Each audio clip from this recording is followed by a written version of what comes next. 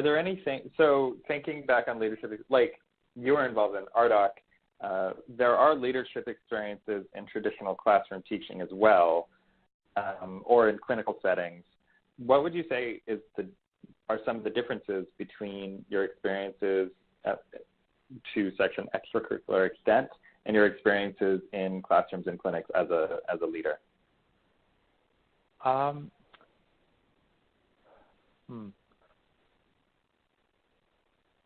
Or is there much of a difference? I don't know. I just think I just think the problems get bigger the further out you go.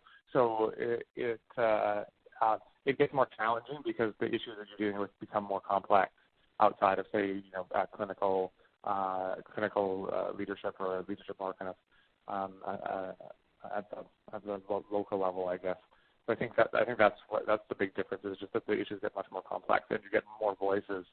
So you're having to deal with more voices and opinions. Okay.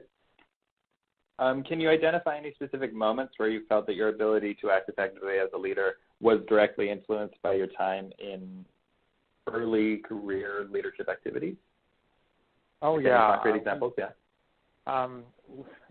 Just negotiations. So understanding negotiations and putting together proposals for the best example is we negotiated a fee in rheumatology in BC for nursing, and we're the only jurisdiction in Canada that has done this, basically.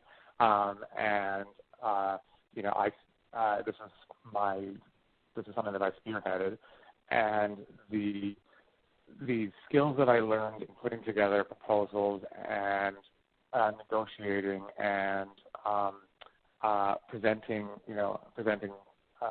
a comprehensive review of what was happening were things that I learned in those early years in leadership.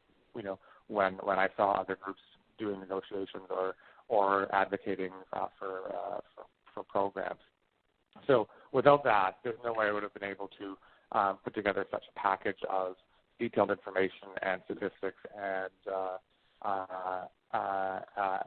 to influence change in how care was delivered in our field in BC. Okay. So it sounds like those experiences had some impact on your abilities later on. Would you say that they also had an impact on the very choices that you made throughout your career in terms of involving yourself in all these leadership opportunities? I would have to say so, for sure. I don't think, the flip side is I see people who might be interested in participating in things but don't, and I think because they didn't have those experiences early on, they tend to be more on the sidelines. Okay, so you've kind of anticipated a question or two that I've had already, so I have no more particular questions, but did you have anything you wanted to elaborate on or add? I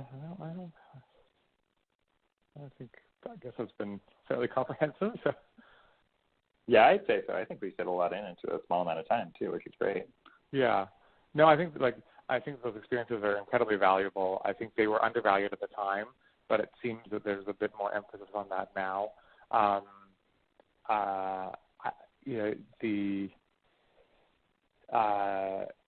think we still have colleagues who don't recognize the importance of that work in early training, but